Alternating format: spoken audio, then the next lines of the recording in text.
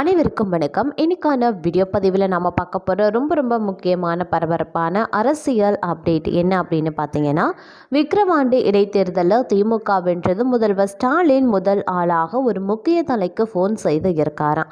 அது தொடர்பான பல்வேறு முக்கிய தகவல்கள் தற்போது வெளியாகி அரசியல் வட்டாரத்தில் பெரும் பரபரப்பையும் அதிர்ச்சியையும் கிளப்பியிருக்கு அப்படின்னு தான் சொல்லணும். அது என்ன அப்படிங்கிறத பார்த்தீங்கன்னா முழு விளக்கத்தை பார்க்க போகிறோம். அதை தொடர்ந்து பார்த்தீங்க அப்படின்னா அரசியல் குறித்து இன்னும் பல்வேறு தகவல்களையும் தொடர்ச்சியாக பார்க்க போகிறோம். இந்த பதிவு உங்களுக்கு மிக பயனுள்ள விகிதத்தில் இருக்கும். ஸோ வீடியோவை ஸ்கிப் பண்ணாமல் கடைசி வரைக்கும் பாருங்கள். வீடியோக்குள்ளே போகிறதுக்கு முன்னாடி இது வரைக்கும் நீங்கள் நம்ம சேனலை சப்ஸ்கிரைப் பண்ணலைன்னா உடனே சப்ஸ்கிரைப் பண்ணிக்கோங்க. அப்படியே பக்கத்தில் இருக்கக்கூடிய நோட்டிஃபிகேஷனுக்கான பெல் பட்டனையும் ப்ரெஸ் பண்ணிக்கோங்க. சரி நேயர்களே, வாங்க வீடியோக்குள்ளே போகலாம். விக்கிரவாண்டி இடைத்தேர்தலில் திமுக வென்றதும் முதல்வர் ஸ்டாலின் முதல் ஆளாக ஒரு முக்கிய தலைக்கு ஃபோன் செய்திருக்காரு. அதாவது விக்கிரவாண்டிக்கு இடைத்தேர்தல் ஜூலை 10 நடந்துச்சுங்க. விக்கிரவாண்டி இடைத்தேர்தலில் 82.48% வாக்குகள் பதிவாகியிருக்கு. அதிமுக இடைத்தேர்தலை புறக்கணித்திருந்த நிலையில் திமுக, பாமக, நாம் தமிழர் கட்சிகளினுடைய வேட்பாளர்கள் களத்தில் இருக்காங்க. அப்படி இருக்க 82.48% வாக்குகள் பதிவாகியிருக்கு.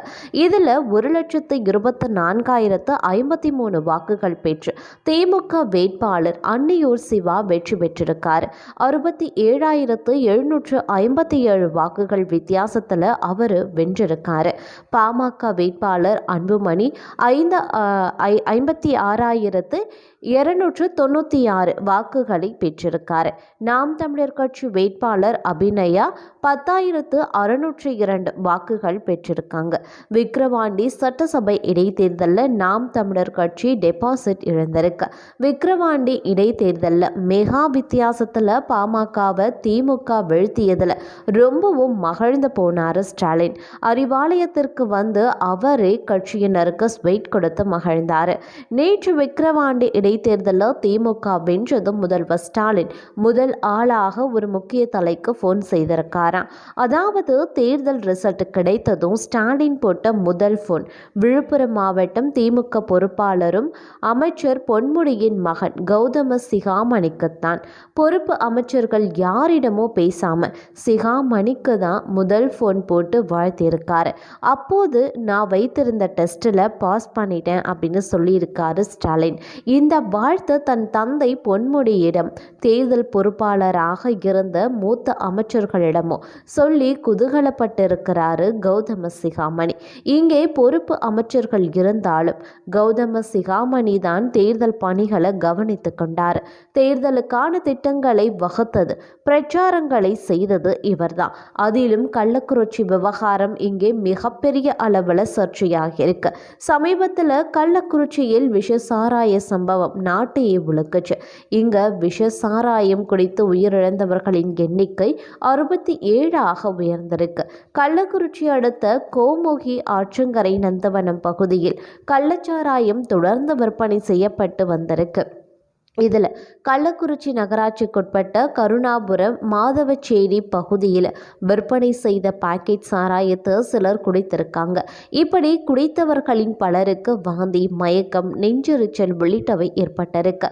அதனால் உறவினர்கள் உடனடியாக அவர்களை மருத்துவமனையில் சேர்த்திருக்காங்க. இவர்கள் அடுத்தடுத்து பலியும் ஆகியிருக்காங்க. தமிழ்நாடு அரசியலில் இதுவரைக்கும் எந்த அரசியல் தலைவர்களும் செய்ய முடியாத மிகப்பெரிய அரசியல் சாதனையை தமிழ்நாடு முதல்வர் ஸ்டாலின் செய்திருக்காரு.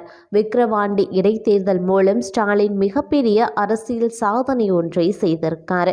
விக்கிரவாண்டி தொகுதி எம்எல்ஏவாக இருந்து மறைந்தவர் புகழேந்தி வன்னியர் சமூகத்தை சேர்ந்தவர். இத்தொகுதியில் பெரும்பான்மை சதவிகிதம் பேர் வன்னியர்கள் தான்.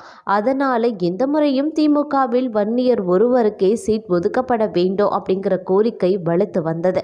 கட்சி தலைமையும் இது குறித்து சீரியஸ் காட்டி வந்திருந்தாங்க.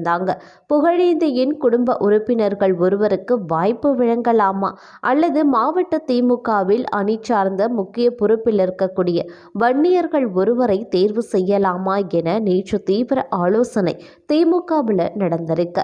அப்போது அமைச்சர் பொன்முடி என் மகனுக்கு வாய்ப்பு தாருங்க அல்லது நான் சுட்டிக்காட்டும் நபருக்கு வாய்ப்பு தாருங்க, வன்னியர் அல்லாத ஒருவரை நிறுத்தி ஜெயிக்க வைத்து காட்டுகிறேன் என அழுத்தமாக வாதிட்டிருக்கிறாரா. ஆனா பொன்முடி பேச்சுக்கு மதிப்பளித்து ரிஸ்க் எடுக்க வேண்டுமா என யோசித்த ஸ்டாலின் அப்போது வன்னியர் ஒருவரை உங்கள் சாய்ஸாக சொல்லுங்களே அப்படின்னு கேட்க அப்படித்தான் அன்னியூர் சிவா தேர்வு செய்யப்பட்டும் இருக்காரு. இந்த நிலையில் விக்கிரவாண்டியில் நடந்த இடைத்தேர்தலில் திமுக அபார வெற்றி பெற்றிருக்கு. இங்க அதிமுக வாக்குகள் அப்படியே திமுகவிற்கு டிரான்ஸ்ஃபர் ஆகியிருக்கு அப்படின்னு தான் சொல்லணும். விக்கிரவாண்டிக்கு இடைத்தேர்தல் ஜூலை 10 நடந்துச்சுங்க. விக்கிரவாண்டி இடைத்தேர்தலில் 82.48% வாக்குகள் பதிவாகியிருந்தது. அதிமுக இடைத்தேர்தலை புறக்கணித்திருந்த நிலையில் திமுக, பாமக, நாம் தமிழர் கட்சிகளின் வேட்பாளர்கள் களத்திலையும் இருந்தாங்க. அப்படி இருக்க 82.48% வாக்குகள் பதிவாகியிருக்கு. இதுல 1,24,053 வாக்குகள் பெற்று திமுக வேட்பாளர் அன்னியூர் சிவா வெற்றி பெற்று மறந்தார்.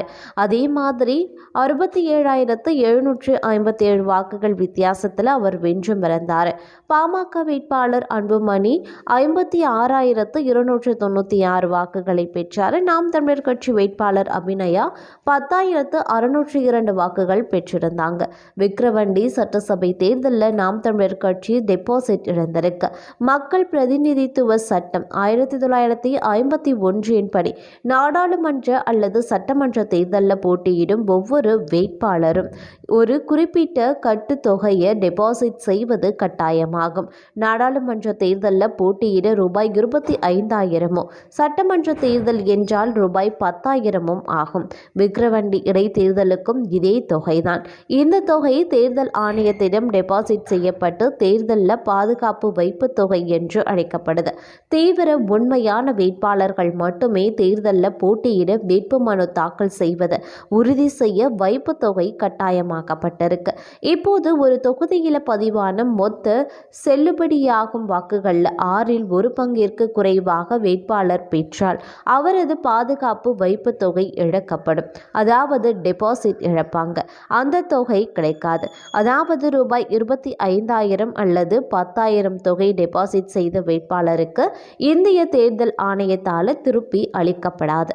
உதாரணமாக ஒரு சட்டமன்ற தொகுதியில் 2 லட்சம் வாக்குகள் பதிவாகியிருந்தால் பாதுகாப்பு வைப்பு தொகையை சேமிக்க ஒவ்வொரு வேட்பாளரும் மொத்த செல்லுபடியாகும் வாக்குகளில் 1/6 பெற வேண்டும். அதாவது ஒவ்வொரு வேட்பாளரும் 33,332 வாக்குகளுக்கு மேலே பெற வேண்டும். விக்கிரவாண்டிக்கு இடைத்தேர்தல் ஜூலை 10 நடந்திருக்கு. விக்கிரவாண்டி இடைத்தேர்தலில் 82.48% வாக்குகள் பதிவாகியிருக்கு. அதிமுக இடைத்தேர்தலை புறக்கணித்திருந்த நிலையில் திமுக, பாமக, நாம் தமிழர் கட்சிகளின் வேட்பாளர்கள் களத்திலையும் இருக்காங்க. அப்படி இருக்க 82.48% வாக்குகள் பதிவாகியிருக்கு. இதன் அர்த்தம் அதிமுக தேர்தல் புறக்கணிப்பை மக்கள் கண்டுகொள்ளவில்லை. அதிமுகவிற்கு பாரம்பரியமாக வாக்களிக்கும் மக்களும் அதிமுக இல்லை என்றாலும் கவலைப்படாம வந்து வாக்களித்தும் இருக்காங்க.